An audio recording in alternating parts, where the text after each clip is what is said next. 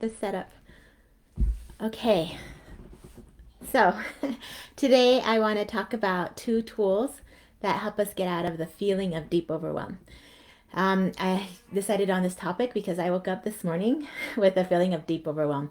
I was laying in my bed and I just didn't want to get out of bed because there was just so much to do and I was feeling just heavy. And when I tell you the things I was feeling heavy about, I know that they will seem like kind of small and insignificant to what some of you guys are going through and some of the trials that you guys are having because they are.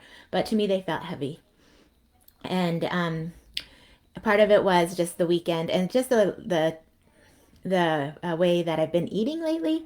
I've with all the treats coming into the house and things like that. I know how important it is for me to stay healthy because I'm prone to autoimmunity and I don't want to go back down that route. But it's really hard for me when there's sugar like in front of me or sitting on the counter. And I'm like an addict when it comes to sugar. Like I will think to myself, I can eat one little cookie and be just fine, but and I'll eat one little cookie and that would lead like to 20 more or something. I can't, I have a really hard time once I let myself open that little gate of being okay with eating some, I seem to just overdo it. And so that that weighs on me in the fact that like I know how bad it is for me and then I feel bad about the fact that I still choose to do it. But I also sugar tends to like mess up my hormones to the point where like I feel more anxiety and more a little bit of depression when I eat a lot of it. I think the two combination of the feeling of feeling weak plus the way it works with my body just is a bad combination. And so that was part of it. Also, I've just felt behind. There was so many things like I was gone over the weekend and and I've been trying to catch up on like I have a course that I'm working on and I think people are starting to get to the point that I need to keep moving forward with it, but I'm still trying to record the audios from before. So a lot of those things that I want to do because I love and I enjoy, but then I feel like um, I don't have enough time to do it all. I try to do it before the kids wake up in the morning before we have our devotional, which is part of the reason I love getting up in the morning usually is because I love that creative time in the morning before everybody's awake and I can do these things. But when they feel like so many and I'm not quite sure where to start or where to go first, then I kind of just feel a way down as well for that. I also was asked about a new responsibility at church, which I'm excited about, but it's also going to take time. And I'm like, where am I going to get that time from? Like, I already feel a little bit like there's not enough time to do the things that to serve the people that I'm already serving and to be present, in the way I want to be and things like that. So that was feeling a little bit like I was feeling a little under the like, okay, how am I supposed to do all of these things that I love and I feel inspired to do, but I'm not sure where the time is going to come.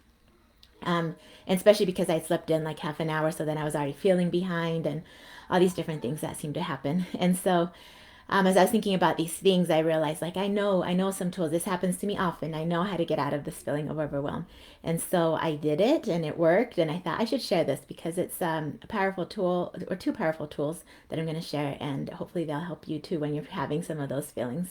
Like I said, some of your burdens are heavier than mine for sure, but I think these principles are true regardless of where we are. And if my kids have had a little bit of a hard time this morning with I think they've also been a little overwhelmed with the sugar that's coming into the house, and there's a little bit of contention in my house. So hopefully, I can finish this without somebody barging in sad about something that someone's done. But these tools have actually also helped me this morning with that going on. So I hope that you'll find them useful as well. But okay, so the first thing that I remembered and that I had to tell myself is I am not I'm not behind. I am right where I need to be. And that is a truth. And sometimes it's hard to understand that that's a truth unless we remember that whenever we choose to turn to God, whenever our hearts reach out to Him, He makes all of our past mistakes, all of our past misuse of time, all of the things that we maybe didn't do just right, and He helps them all work for our good moving forward. And so it's not like those things are putting us behind or making us be where in a different path than we're supposed to be on or anything else. It's like those things all work together for our good now. And as we move forward, we learn from them all. We can take all those experiences with us and move forward in a peaceful way, knowing that we are right where we need to be. And so remembering that truth that I'm not behind, even if I slipped in, even if, things are different than I planned, I'm right where I need to be if my heart is turned to God.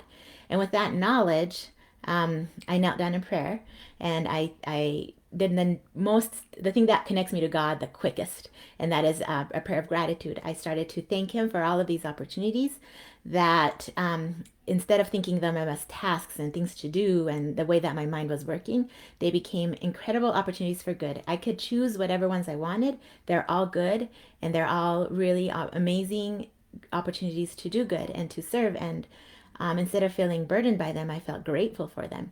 And I thanked Him for the time I had and for the experience I had, that I knew I could trust Him. Like, I have had many times in my life where I feel like this is too much for me, raising 8 kids, homeschooling, all these different things. There's more than I can handle.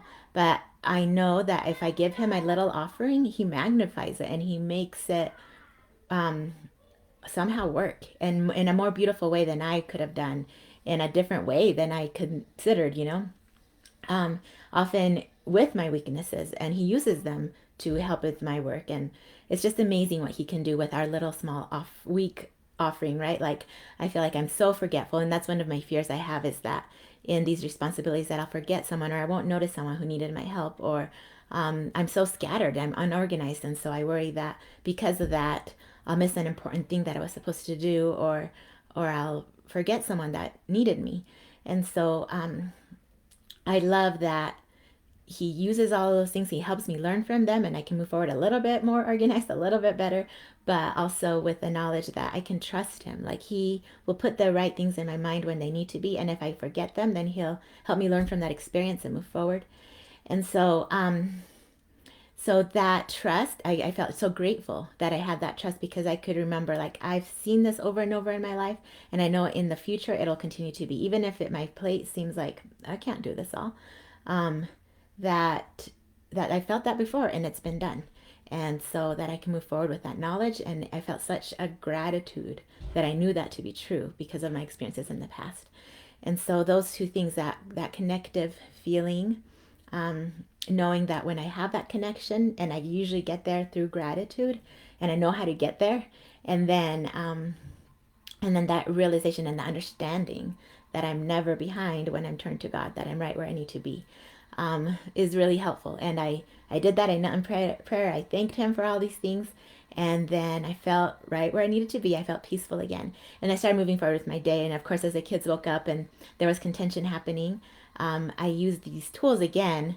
Well, mainly the second one, that gratitude one. And so when a couple of kids were fighting about something, I remember to think to myself, like, okay, I'm so grateful for this child and this personality trait that they have, and so grateful for this child. And then I could move towards them in a place of love instead of an overwhelm, where I normally would have gone if I had not remembered these tools, of like, I'm so behind and now you guys are fighting, and and just trying to force my will upon everyone, instead of loving them as they are, being present, feeling grateful for them, even their weaknesses and mistakes, because we're all learning together.